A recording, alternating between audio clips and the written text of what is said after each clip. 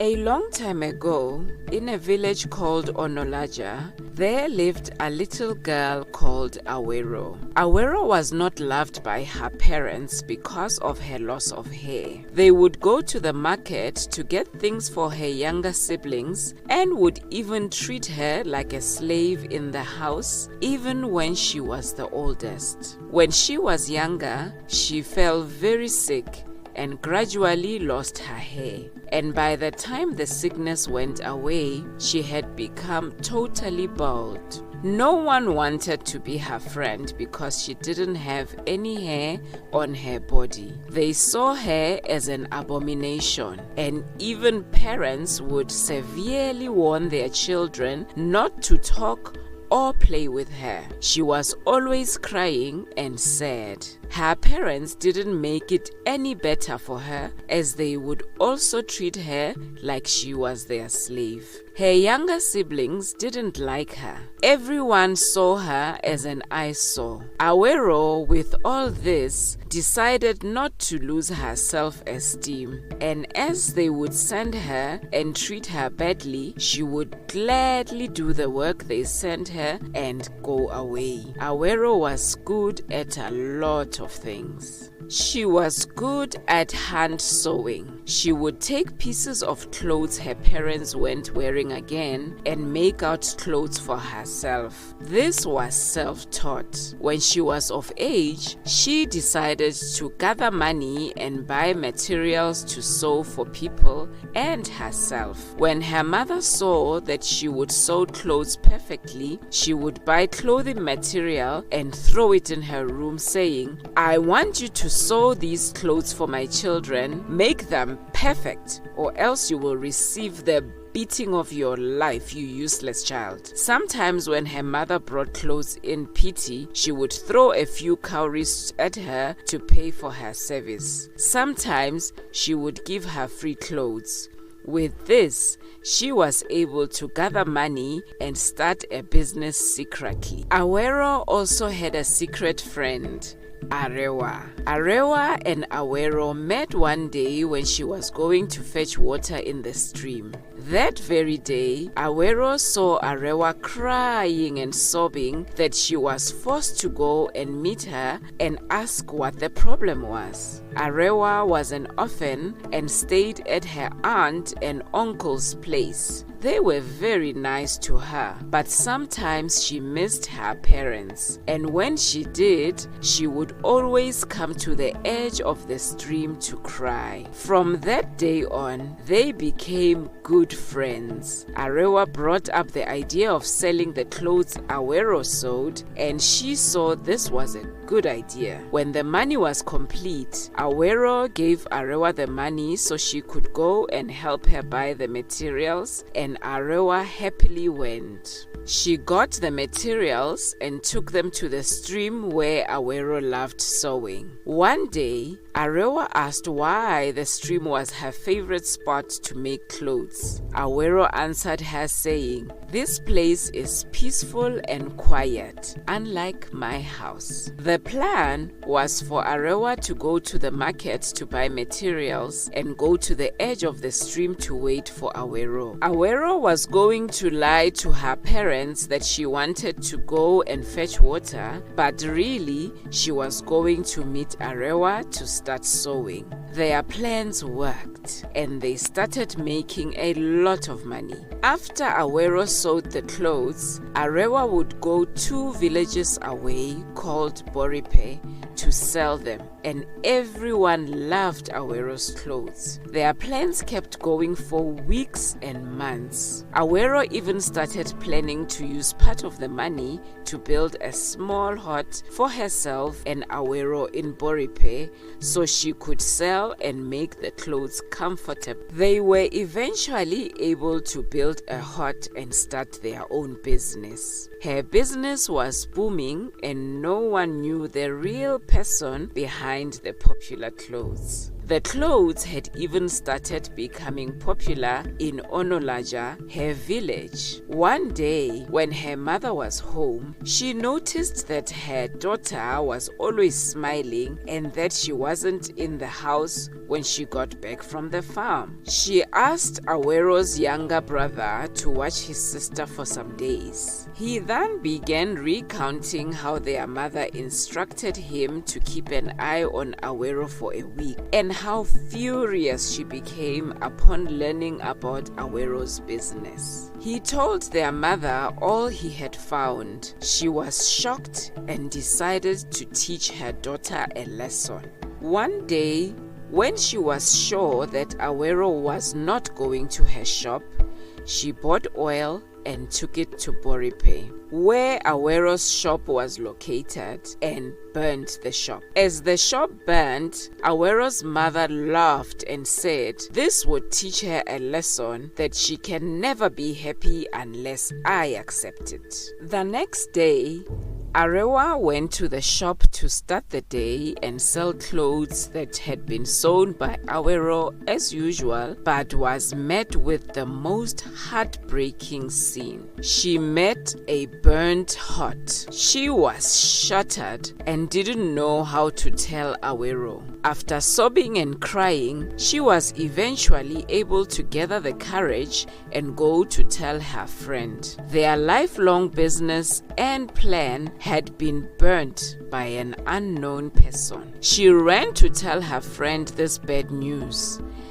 And as she told her, Awero fainted and did not wake up until after 3 days. The shock was too much. Not only had her business failed, but her life was ruined. Where would she start from? It wasn't like she could tell anyone what had happened. They decided to stop the business for 2 weeks so they could think of what to do next. Awero was sad and would always cry. She would cry at any given chance. Awero was known to have a hard skin when it came to being insulted, but at any given insult from the villagers or family, she would start crying and weeping. It became hard on her. This was the end of her dream. Even if she had little money to start again, what if the same thing happened another time? After 2 weeks of grief, she and Arewa had a meeting to lay low and not sell clothes for the meantime. They would meet at the edge of the stream to talk, and even if this was a bad thing, it gave them a chance to be free and to think of better ways to expand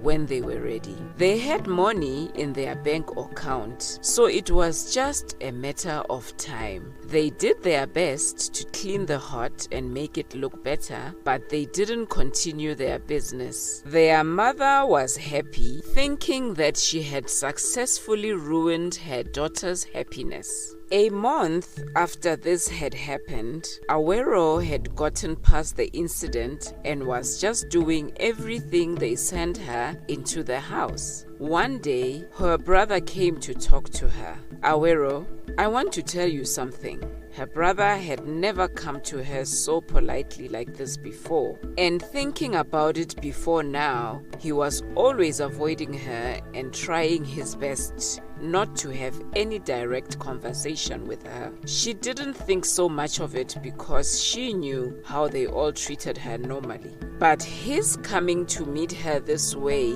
made her very curious as to what he wanted to say. He then started telling her how their mother had told him to watch her for a week, and how their mother grew furious when she knew Awero had a business. Awero was once again heartbroken. And as she heard this, she ran out of the house.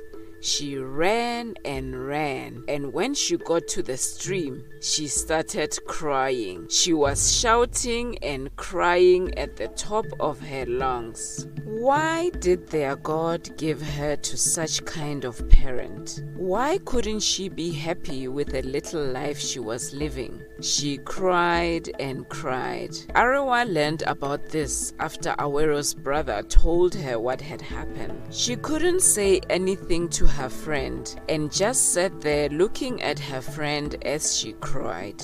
After hours of crying, Awero eventually stopped and told her friend that she was going to leave her parents' house. She told her that she had had enough of their maltreatment and she was ready to leave. She begged Arewa to help her pack her little belongings she had in their house, as she never wanted to see her family members again. Without saying a word, Arewa left to do what she asked, and before she came back, Arewa told her aunt and uncle everything that happened, and they were so sad. She told them that she and Awero were going to be staying in the hut at Boripe for a few days, even though she was sure Awero would never come back to this village. They bid her goodbye and even gave her a few foodstuffs before she left. They were good people. When she got to the stream, she saw Awero sleeping on the floor.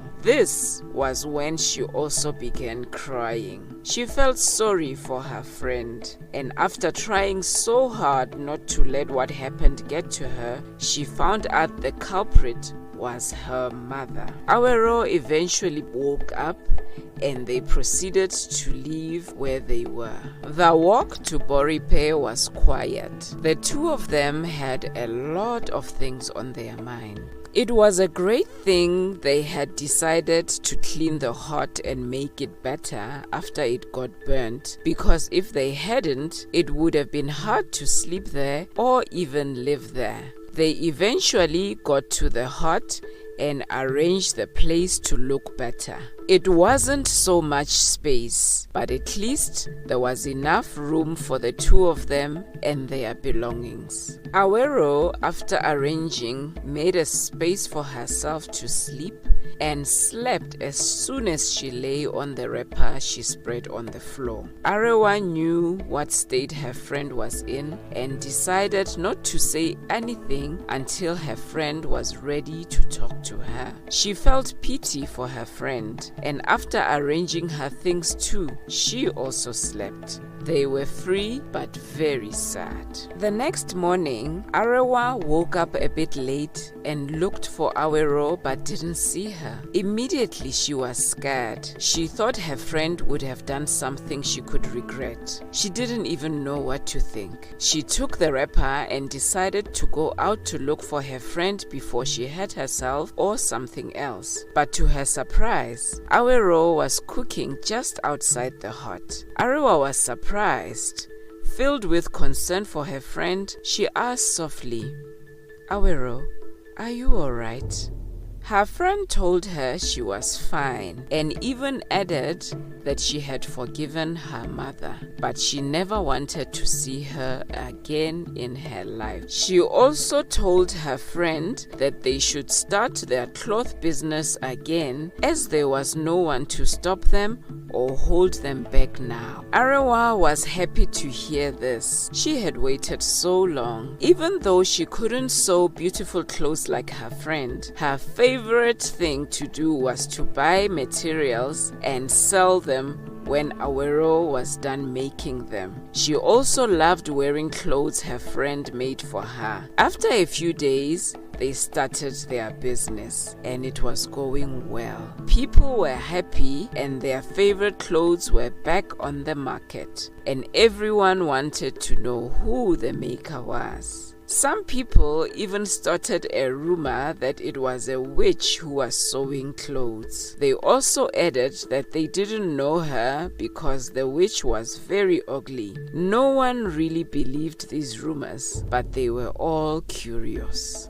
Awero and Arewa were happy. Sometimes Arewa would go back home to visit her uncle and aunt.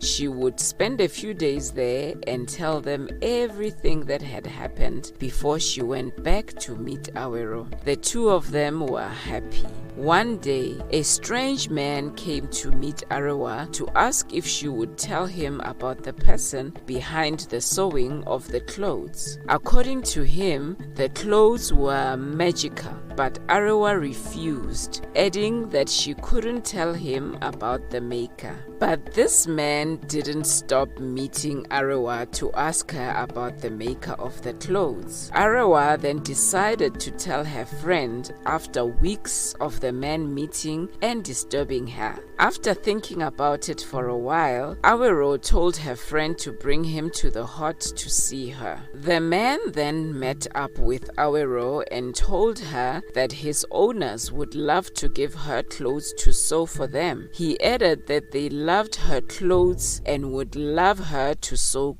good quality clothes for them. Awero and Arewa were happy. The man also told them that his owners were ready to pay as much money as she wanted for her to make the best clothes for them. He told her they were rich people and should wear quality and unique clothes. Awero agreed to this. Before he left, he told them he was going to bring the first set of clothes the next day. The agreement was also that he would be bringing clothes for her to sew every week, which she agreed to. Awero and Arewa were happy that this was happening. It was exciting to see that important people recognized their clothes and were ready to trust them. The second day, as the man had said, he brought the material for Awero. He told her what his owners wanted and she got to work. She made sure the clothes she made were both different and beautiful. She made other clothes for sale in between, but she was more focused on making this person happy. She spent days and nights making these clothes beautiful and perfect. At the end of the week, this man came with a huge sum of money and he took the clothes that were already made to his owner. Awero was curious, but she decided not to ask too many questions so as not to chase this man and his owners away. This happened for weeks and months. She would sew clothes for the man, and after a week, he would come back to take them and pay her. She and Arewa were rich and they became the talk of the town. Awero began training little girls in the village too, and she even hired someone to help her make regular clothes she sold after 3 months of sewing for this man. He came one day and told her that his owners would love to meet her. She was happy but shocked at the same time. The man explained that his owners decided to keep their identity a secret because of how important they were. He then told her to take a week to think about meeting them or not. He also told her that if she decided not to meet them, she would continue sewing, but he would love for her to meet his owners. For that week, Awero and Arewa thought about who his owners could possibly be, and after so much thinking, they assumed that it could be some merchant that sells clothes and loves wearing good clothes. They also decided to go meet them. At the end of the week, the man came to meet them to take them to his owners. The journey lasted a whole day. They also traveled by horse. The man came with another person who rode another horse with Arewa, while Awero rode the horse with the man. They kept trying to figure out who exactly they were going to meet to be treated this well. When they got there, they were surprised. It turned out they had been sewing clothes for the queen of 2 villages from Boripe called Aderomu. When they got there, They were welcomed by the queen and her children with her clothes on them. The queen told her how much she loved her clothes and how long she had wanted to meet her. The queen could not stop talking about how much love she had for her clothes and even called her fingers magical fingers. She welcomed them to the palace and told them to feel at home. The queen Adesawa told her servants to prepare food for them to eat. As she took them to the room she had already prepared for them, they were short of words to say. Entering the room, they jumped and danced with excitement, signaling a profound change in their lives. When food was ready, the queen came with her daughters to eat with them. After they ate, the queen asked about their families so they could get to know them better. They both told them about their lives and how they started their business. They even told them how Awero's mother burned down the hut when they had just started. The queen felt so sorry for her and told her that she had an offer for the two of them. She proposed that they become the palace personal cloth maker, and told them she wasn't going to rush them, but she would give them 1 week to think about what they want. She also told them that she would provide a place for them to live, and she would also provide another place for them to work. She added that she also had servants ready to learn and work for them. They left and went back to the small hut to think about what to do with the queen's proposal. After the week ended, the men came back to get their answer. They told him they had agreed. The men went back to the palace to let the queen and her daughters know. The queen fulfilled all her promises and provided them with all they needed. Their lives were drastically changed after this, and everyone recognized Awero as the personal stylist of the Queen of Adenromu. This is the end of today's story. Make sure to subscribe to this video and give us a like. You can also share this video with your friends. A few months after Arewa and Awero moved fully into the queen's palace, the news of the queen's new and talented dressmaker traveled far and wide, even to Boripe, where Awero's parents and siblings live. When Awero's mother heard that her daughter, whom she had never tried to find after she ran away from home, had become wildly successful and important, she became furious and thought of many ways to lure Awero back home to do something harmful to her. For her first plan, Awero's mom sent Awero's younger sister to travel down to Aderumu and tell Awero to come back home because her father had fallen very sick and was close to death. Awero's younger sister was their mother's favorite child, and their mother always treated Awero's younger sister better than she treated Awero. Because Awero's younger sister was just like her mother, she hated Awero, and she hated that Awero had become so famous and successful while they were still poor and had nothing. She plotted with her mother to lure Awero back home and poison her to death. Unfortunately, Awero's younger sister didn't make it to Aderumu Palace because something horrible happened to her before she left Boripe. Before Awero's younger sister left their hut, Awero's mother gave her something to use on Awero just in case Awero refused to follow her home. The thing she had given to Awero's younger sister was a white powdery substance wrapped in dried plantain leaves. The instruction was for Awero's sister to keep the powdery substance in her clothing bag, not with the fruits or food she had carried in her basket. But because Awero's younger sister didn't listen attentively to her mother, she dropped the dried plantain leaves in her food basket next to her food and fruits, and the content of the leaf mistakenly poured onto some of the fruit she had in the basket. While on her journey, Awero's younger sister became so hungry that she took out an apple from her basket and ate it. Sadly, the apple she ate was one of the apples the white powdery substance had poured on, and she died instantly as a result of that. When the news of her daughter's demise reached Awero's mother, she ran to the scene to be sure of what she had heard.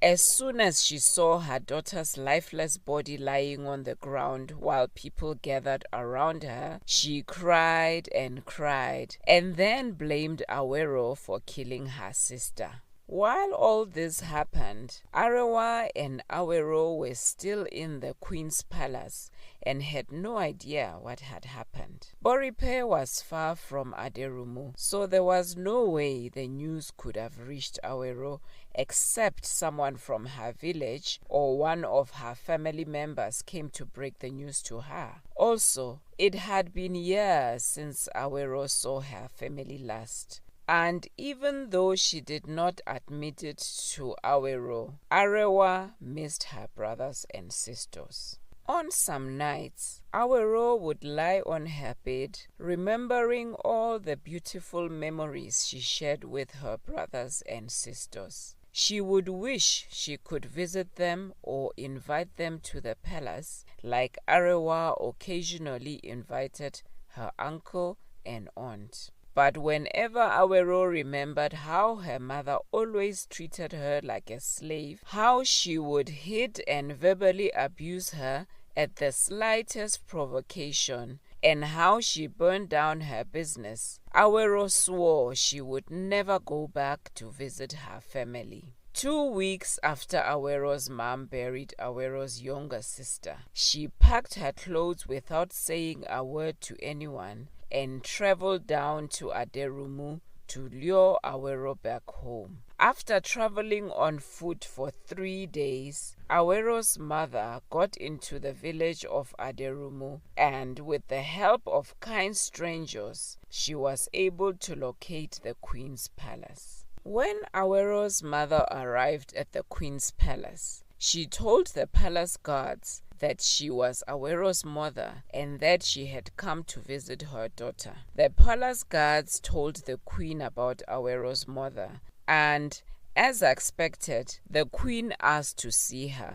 Already, Awero's mother had figured that the queen would ask to see her first before she got to see Awero, so she had everything planned. As soon as Awero's mom was led into the queen's throne room, she fell to the floor and began to cry to the queen. Awero's mom claimed she had been looking for Awero for years to beg for her forgiveness. She admitted that she had been cruel and wicked to Awero, which had been haunting her for years. So, as soon as she heard that Awero worked and lived in the palace, she traveled down to Aderumu to find her. When the queen saw how remorseful Awero's mom was and how she admitted that she had wronged her daughter, she ordered the guards to call Awero.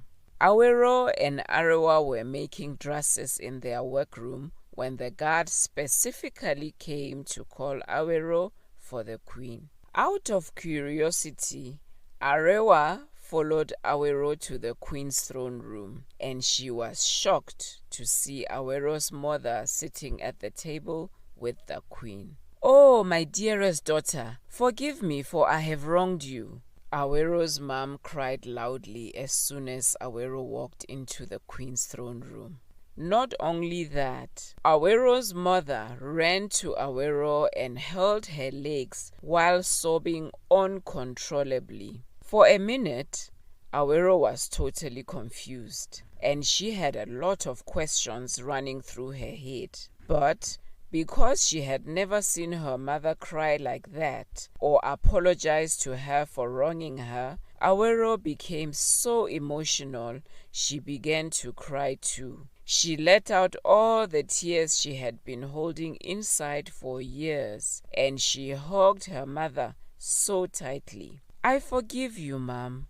I forgive you," Awero said repeatedly as she hugged her mother. After Awero and her mother had settled their issues, the queen ordered a table to be made with the best food and drink so she could celebrate Awero and her mother's reunion. That evening, the queen and her daughters, Awero and her mom, and Arewa ate and drank to their satisfaction, and everyone was so happy. Later that night, Awero's mom was given a special room to sleep in while Awero and Arewa returned to their room. Awero was so happy and could not stop talking about her mother and everything that happened that day. It was almost like a new Awero had been born that day because Arewa had never seen her friend that excited.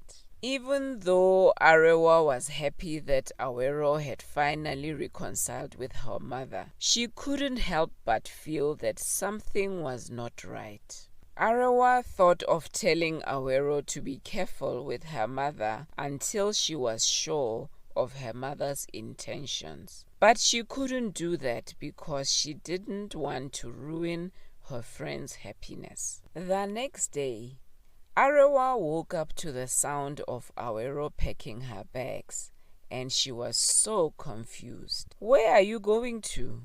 Arewa asked in a concerned voice. "I'm going to Boripe for a couple of days. My mother came to me this morning and she told me that my father is sick and is almost dying. Maybe if I get there on time, I can help him," Awero said. When Awero told Arewa she was returning to Boripe, Arewa became unsettled. Because of the reason Awero was going back to Boripe, Arewa could not stop her. Arewa felt like everything was happening so fast, and she badly wanted to tell Awero not to return to her village. To show her support, Arewa helped her friend pack her bag. After they met with the queen that morning, Awero and her mother set off to their village. That day, after Awero and her mother left, Arewa became restless and could not eat or sleep at night. She was so concerned for her friend, and her instincts kept telling her that something was wrong. Before Awero left the queen's palace, she promised Arewa that she would write to her once she arrived at Boripe, just to show that she had arrived safely. That was meant to be in 3 days. But when 3 days passed and Arewa did not receive a letter from her friend, she became very worried. Arewa knew Awero would not forget something like that, so she went to the queen to share her concerns. At first, the queen tried to dismiss Arewa's thoughts because she didn't think Awero's mom would hurt Awero after traveling such a distance to beg for her forgiveness. But when Arewa didn't stop persuading the queen was forced to listen to her. After sharing her concern with the queen, Arewa asked for the queen's permission to travel back to Boripe to check on Awero, and the queen agreed. Also, the queen assigned 5 guards to escort Awero to Boripe in case Awero was in trouble. That same day, Arewa and 5 of the queen's guards went to Boripe by horse, and they arrived the next day. When Arewa got to Boripe, she went straight to Awero's mother's hut, but no one was there. From what Arewa had seen, it looked like no one had been in the hut for days because it looked so unkept. So she decided to ask some of the neighbors about Awero's mom and siblings. It was when Arewa decided to ask the neighbors some questions that she found out that Awero's younger sister had died from poisoning 2 weeks earlier. Shortly after she died, Awero's father moved out of the house with Awero's siblings because he believed Awero's mom had a hand in his daughter's death. Since then, rumors had it that Awero's mother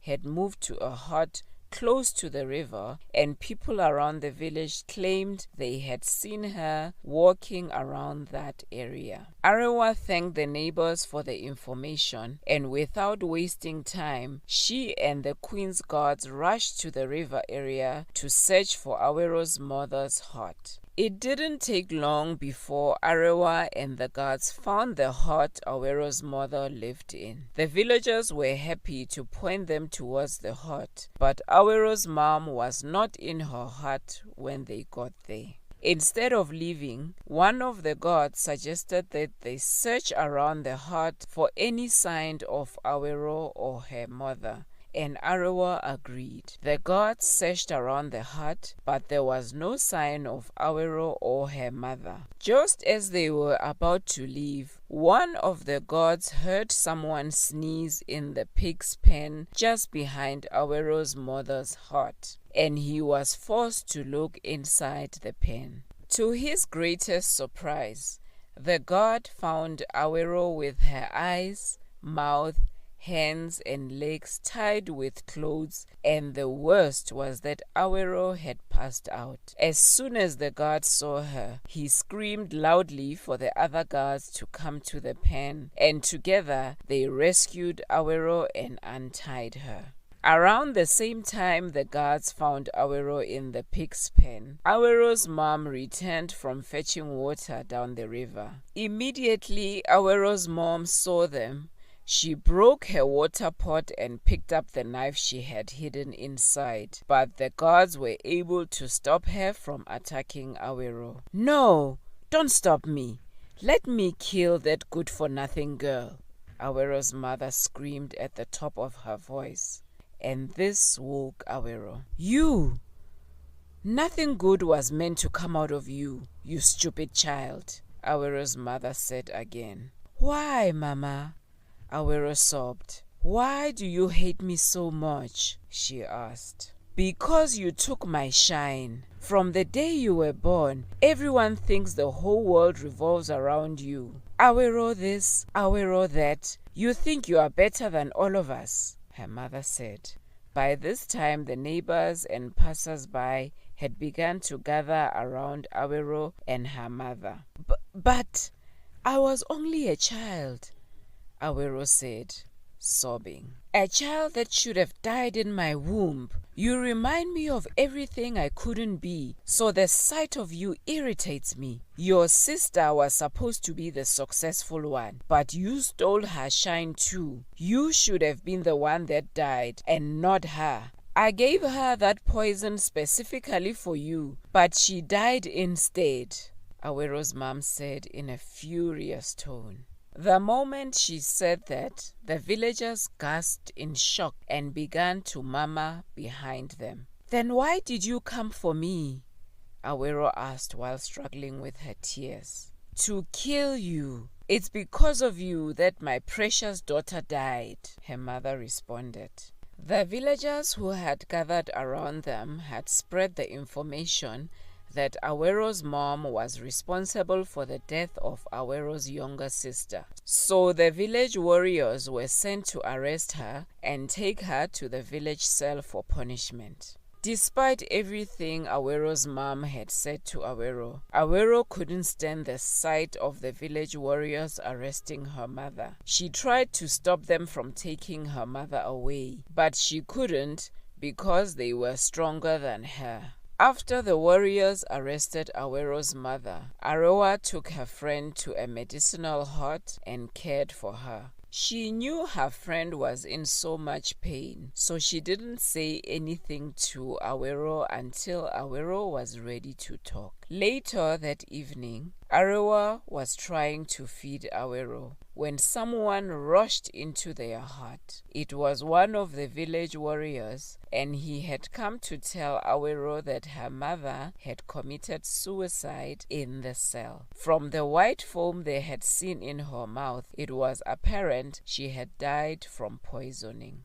When Awero heard that, she kicked the food before her and jumped on the ground. She was heartbroken and could not stop shouting at the top of her lungs. The last thing Awero wanted to hear was the news of her mother's demise. She cried uncontrollably and kept yelling, "No, Mama, you can't leave me. Not like this." Arewa tried her best to keep her friend calm, but couldn't help her tears either. Thankfully, after hours of consoling her friend, she could keep her friend calm for that night and the nights that followed.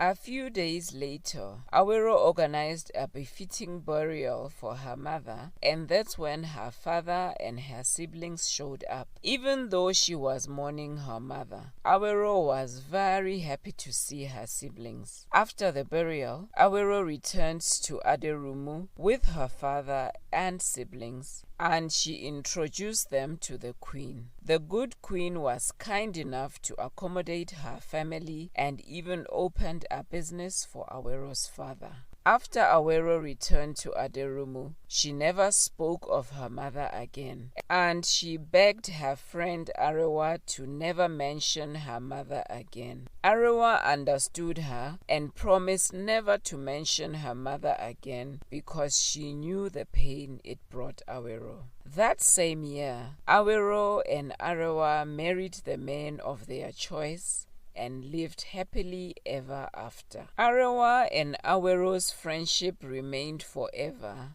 and the two women stood by each other's side until they grew old. In the bustling village of Aderumu, the sun rose lazily over the thatched roofs, bathing the bustling market in a warm, golden light. Awero, a young woman of 25, stood beside her best friend Arewa in their small but lively workshop. Together they created the most exquisite garments for the queen.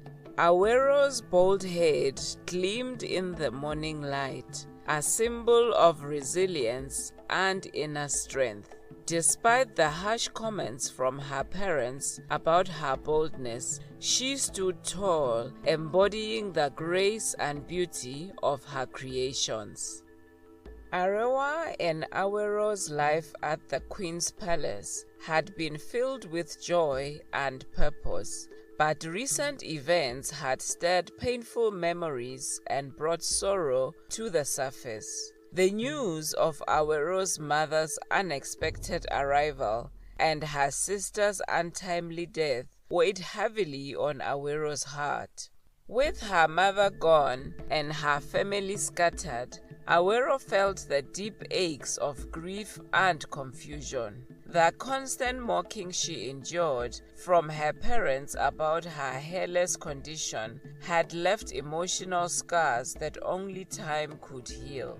The queen, noticing the sorrow in Awero's eyes, extended her kindness even further. She summoned her advisors and instructed them to assist Awero's family in settling into their new home within the palace grounds. A special house was built for Awero's father and siblings, ensuring they were comfortable and secure. Despite this generous act, Awero's heart remained heavy. She spent many nights awake, staring at the moonlit sky, reminiscing about her childhood and the tumultuous relationship with her mother, compounded by the relentless teasing about her appearance. Arewa, her faithful friend, never left her side, offering words of comfort and strength. One evening, as the two friends sat in the palace garden, Awero finally opened up about her mother. Arewa, she began, her voice barely above a whisper. I can't shake the feeling that I could have done something to change my mother's heart. Arewa, understanding the depth of her friend's pain, took her hand gently. Awero, Your mother was tortured by her own demons. You did everything you could. Her actions were not your fault. Awero nodded, tears streaming down her face. I know, but it still hurts. The days turned into weeks, and slowly, life at the palace began to regain a sense of normalcy. The queen, ever observant, noticed Awero's talent and resilience. She decided to promote Awero and Arawa to higher positions within the palace, recognizing their loyalty and hard work. One morning, as the sun rose over Aderumu, the queen called Awero and Arawa to her chambers. I have a special task for both of you, she said with a warm smile.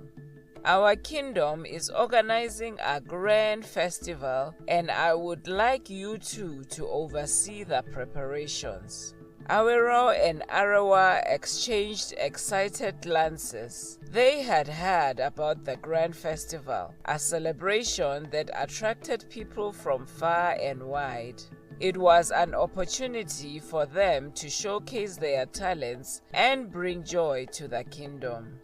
As they delved into the festival preparations, Awero found herself gradually healing. The vibrant colors, the music, and the laughter filled her days, pushing away the shadows of her past. Arawa, always by her side, ensured that every detail was perfect, and together they created a festival that would be remembered for years.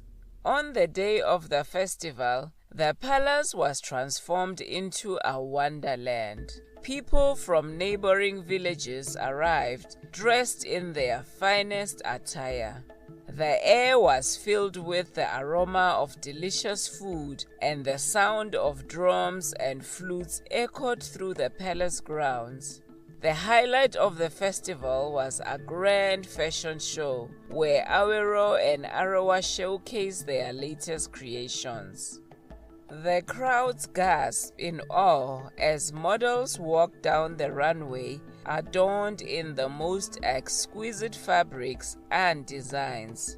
It was a testament to Awero's skill and creativity, and for the first time in a long while, she felt truly proud of herself. As the festival drew to a close, the queen called Awero and Arawa to the stage. These two remarkable women have not only brought beauty and joy to our kingdom, but have also shown incredible strength and resilience. Let us all celebrate them today, she announced. The crowd erupted in applause, and Awero felt a surge of emotion. She glanced at Arawa, who smiled at her, and in that moment, Awero knew she had found her true family. The festival marked a new beginning for Awero. She embraced her future with hope and determination, knowing she had the support of her dear friend Arawa and the Queen. Together, they continued to bring prosperity and happiness to the kingdom of Aderumu, their bond unbreakable and their spirit indomitable. Despite the beauty of their surrounding and the support of her dear friend Arawa, Awero was haunted by the ghostly presence of her mother.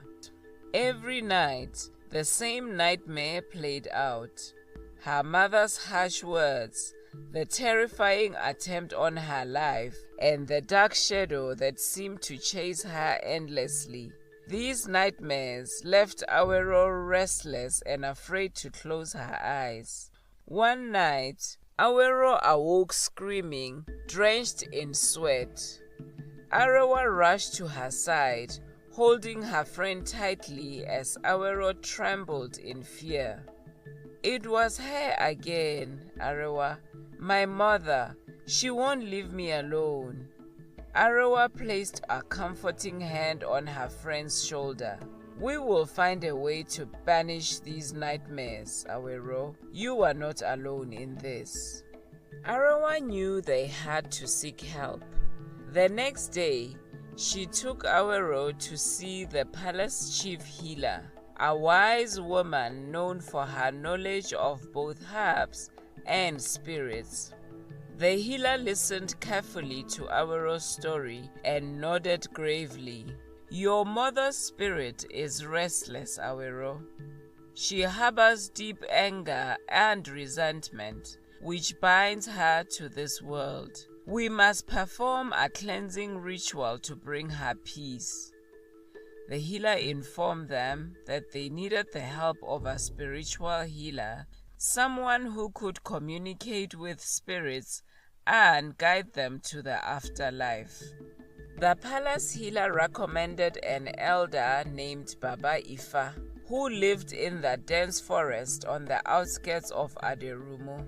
Baba Ifa was known for his ability to exorcise malevolent spirits and bring peace to troubled souls. Determined to help her friend, Arawa decided to accompany Awero on the journey. That afternoon, after delivering a set of dresses to the palace, Arawa and Awero decided to visit the village elder, Baba Ifa. They gathered their supplies and, with the queen's permission, set off to find Baba Ifa. They walked through the dusty paths lined with ancient baobab trees until they reached Baba Ifa's humble abode. Baba Ifa welcomed them with a knowing smile, his eyes twinkling with wisdom. "What brings you to my home, dear ones?" he asked, motioning them to sit. Awero took a deep breath and explained her predicament. "Baba Ifa, my mother's spirit haunts my dreams. I cannot find peace." Baba Ifa nodded thoughtfully and agreed to help. The elder nodded thoughtfully. The spirits of the restless dead can be powerful, especially when bound by unresolved emotions. But there is a way to confront and release them. He instructed Awero to gather specific herbs from the forest, ones that would be used to create a protective charm.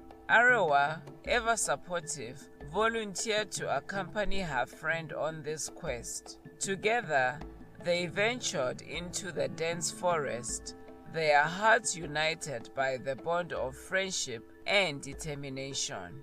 In the heart of the forest, they found the herbs as described by Baba Ifa. With each plant they collected, Awero felt a growing sense of hope. The forest, with its ancient trees and whispering leaves, seemed to offer its own silent support.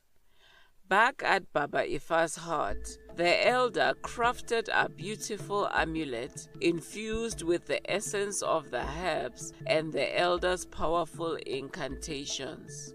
He placed it around Awero's neck, the charm warm against her skin. "This amulet will protect you, Awero," Baba Ifa said, his voice gentle but firm. "Wear it always, and remember that you have the strength within you to overcome your fears." That evening, under the light of the full moon, Baba Ifa prepared a sacred circle with herbs, candles, and symbols drawn on the earth. Awero stood at the corner of the circle, holding a small effigy representing her mother. Baba Ifa began chanting in a deep, resonant voice, calling upon the spirits and the ancestors. As the chant grew louder, Awero felt a chill in the air. Suddenly, a cold wind swirled around the circle, and the ghostly figure of her mother appeared, her face contorted with anger and pain. Awero trembled, but Baba Ifa's steady voice gave her strength. "Spirit of the departed, why do you torment your daughter?" Baba Ifa asked, his voice echoing through the forest. The spirit of Awero's mother wailed, her voice filled with bitterness. She took everything from me, my joy, my pride. She must suffer as I have suffered. Awero, tears streaming down her face, stepped forward. Mother, I am sorry for all the pain we caused each other. I forgive you, and I ask for your forgiveness. Find peace and let go of your anger. For a moment, the spirit seemed to hesitate.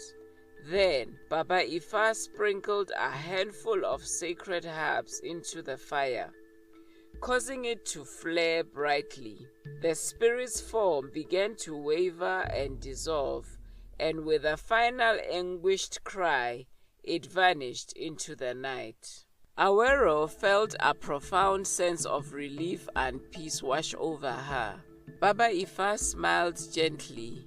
Your mother's spirit has found peace. She will no longer haunt your dreams. The next morning, Awero and Arawa thanked Baba Ifa and returned to the palace. Awero's nightmares ceased, and she felt a sense of freedom and closure. Life in the palace returned to its joyful rhythm. Awero and Arawa continued to thrive, their friendship stronger than ever. They knew that no matter what challenges they faced, they could overcome them together. Weeks passed, and Awero gradually found herself returning to her old self. Her laughter once again echoed through the palace walls, and her creative energy seemed boundless. She and Arawa continued to work on their fashion designs, creating beautiful garments that caught the eye of everyone in the kingdom. One day, as Awero and Arawa were working in their workshop, a messenger arrived with a letter for Awero. The letter was from her father, who expressed his gratitude for the queen's kindness and informed Awero of the well-being of her siblings. He also mentioned that he had found work within the palace grounds thanks to the queen's generosity. Awero felt a surge of happiness and relief. She shared the letter with Arawa, who hugged her tightly. I'm so happy for you, Awero. Your family is finally in a good place. With the weight of her past lifted, Awero threw herself into her work with renewed vigor. She and Arawa decided to organize a special event in honor of the queen, showcasing the beauty and diversity of Aderumu through fashion, music, and dance. The event would also serve as a celebration of unity and healing for the entire kingdom. The preparations for the event were extensive, but Awero and Arawa worked tirelessly.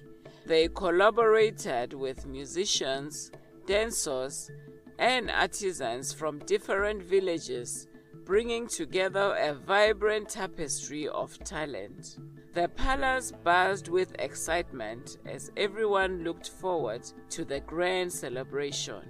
On the day of the event, the palace grounds were transformed into a breathtaking spectacle. Colorful banners fluttered in the breeze, and the air was filled with the melodies of traditional instruments. The event began with a parade of dancers, their movements graceful and hypnotic. As the evening progressed, Awero and Arawa took the stage to present their latest fashion collection. The audience was captivated by the stunning designs, each piece telling a story of the kingdom's rich cultural heritage. The crowd's applause was thunderous, and in that moment, Awero realized that she had truly overcome her past. The journey had been long and painful, but with the support of her dear friend Arewa and the wisdom of Baba Ifa, she had found peace and purpose.